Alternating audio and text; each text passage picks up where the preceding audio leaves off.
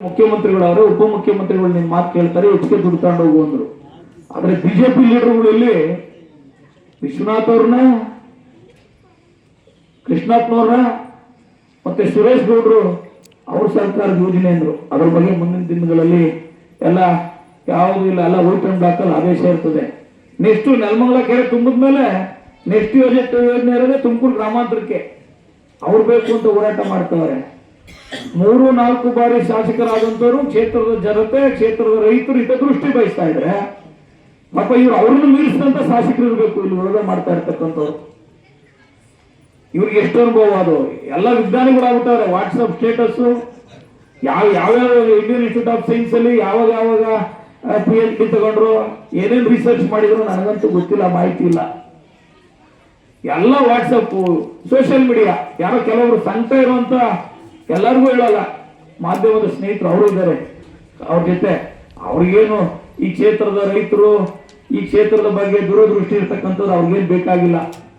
ಅವ್ರ ಬಗ್ಗೆ ಮೆಚ್ಚುಗೆ ಮಾತಾಡಿ ಬೆಂತದ್ರು ಸಾಕು. ನಾನೇನು ಯಾವ ಪತ್ರಕರ್ತರು ನಿಜವಾಗಿರೋ ಪ್ರಾಮಾಣಿಕ ಪತ್ರಕರ್ತರಿಗೆ ಅವತ್ತು ಗೌರವ ಕೊಟ್ಟಿದ್ದೀನಿ, ಇವತ್ತು ಗೌರವ ಕೊಡ್ತೀನಿ, ಮುಂದೇನೂ ಕೊಡ್ತೀನಿ.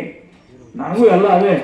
ಯಾರು ಪ್ರಾಮಾಣಿಕರಿದ್ದಾರೆ, ಯಾರಿಲ್ಲ, ಯಾರು ಸುದ್ದಿ ಮಾಡ್ತಾರೆ, ಯಾರು ಪ್ರಾಮಾಣಿಕವಾಗಿ ಈ ಕ್ಷೇತ್ರದ ರೈತರ ಹಿತವನ್ನು ಬಯಸ್ತಿದ್ದಾರೆ, ಅದೆಲ್ಲವೂ ನನಗೆ ಗೊತ್ತಿದೆ. ಅವ್ರು ಕರ್ಕೊಂಡು ಹೋಗೋದು ವಾಟ್ಸಪ್, ಸೋಷಿಯಲ್ ಮೀಡಿಯಾದಲ್ಲಿ ಹಾಕೋದು. ಏನಂತ ಹಾಕೋದು? ವಿಷಪೂರಿತ ನೀರು.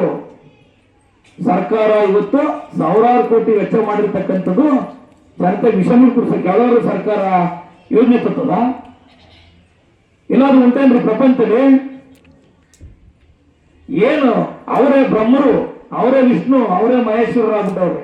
ಅವ್ರು ಹೇಳಿದ್ರೆ ನೆಲಮಂಗಲ ತಾಲೂಕಿನ 2,30,000 ಮತದಾರರು, ಇಡೀ ನೆಲಮಂಗಲ ವಿಧಾನಸಭಾ ಕ್ಷೇತ್ರದ ಜನತೆ ಮಾತು ಧ್ವನಿಯಾಗಿ ಅವ್ರು ಮಾತಾಡ್ತಾ ಇದ್ದಾರೆ. ಒಂದು ಮಾತನ್ನ ಹೇಳ್ತೀನಿ, ನಿಮ್ಮ ಮಾತನ್ನ ಕೇಳಿಸ್ಕೊಳ್ಳಕ್ಕೂ ಹೋಗೋದಿಲ್ಲ, ನೀವು ಪ್ರೆಸ್ ಮೀಟ್ ಮಾಡೋದನ್ನ ನೋಡಕ್ಕೂ ಹೋಗೋದಿಲ್ಲ.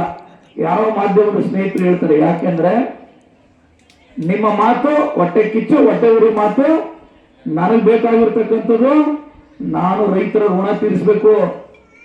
ನನಗೂ ಗೊತ್ತಿದೆ, ನಾನು 10,000 ಜನ ವಿಜ್ಞಾನಿಗಳ ಹತ್ರ ಮಾತಾಡಿದ್ದೀನಿ, 10,000 ಜನ 100 ಜನ IAS ಆಫೀಸರ್ಸ್ ಹತ್ರ ಮಾತಾಡಿದ್ದೀನಿ, ಹಿರಿಯ ಸಚಿವರ ಹತ್ರ ಮಾತಾಡಿದ್ದೀನಿ.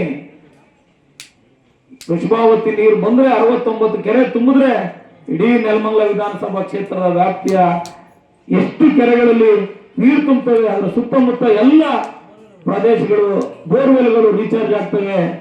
ಈ 1 ಬೆಳೆ 2 ಬೆಳೆ ಬೆಳೀತಾ ಇರ್ತಕ್ಕಂಥ ರೈತ ಇವತ್ತು 4ರಿಂದ 5 ಬೆಳೆ ಬೆಳತಕ್ಕಂಥ ಪರಿಸ್ಥಿತಿ ಬರ್ತದೆ.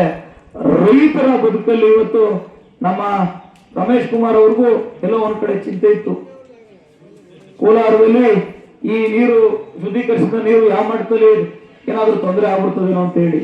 ಆದ್ರೆ ಅವ್ರಿಗೆ ಎಲ್ಲ ಇದ್ರ ಬಗ್ಗೆ ವಾಸ್ತವತೆ, ವೈಜ್ಞಾನಿಕವಾಗಿರ್ತಕ್ಕಂಥ ಎಲ್ಲ ಅಂಶಗಳು ಅವ್ರಿಗೆ ಖಾತ್ರಿ ಆದ್ಮೇಲೆ ಇವತ್ತು ನನ್ನ ಕಣ್ಮುಂದೆ ಇದೆ.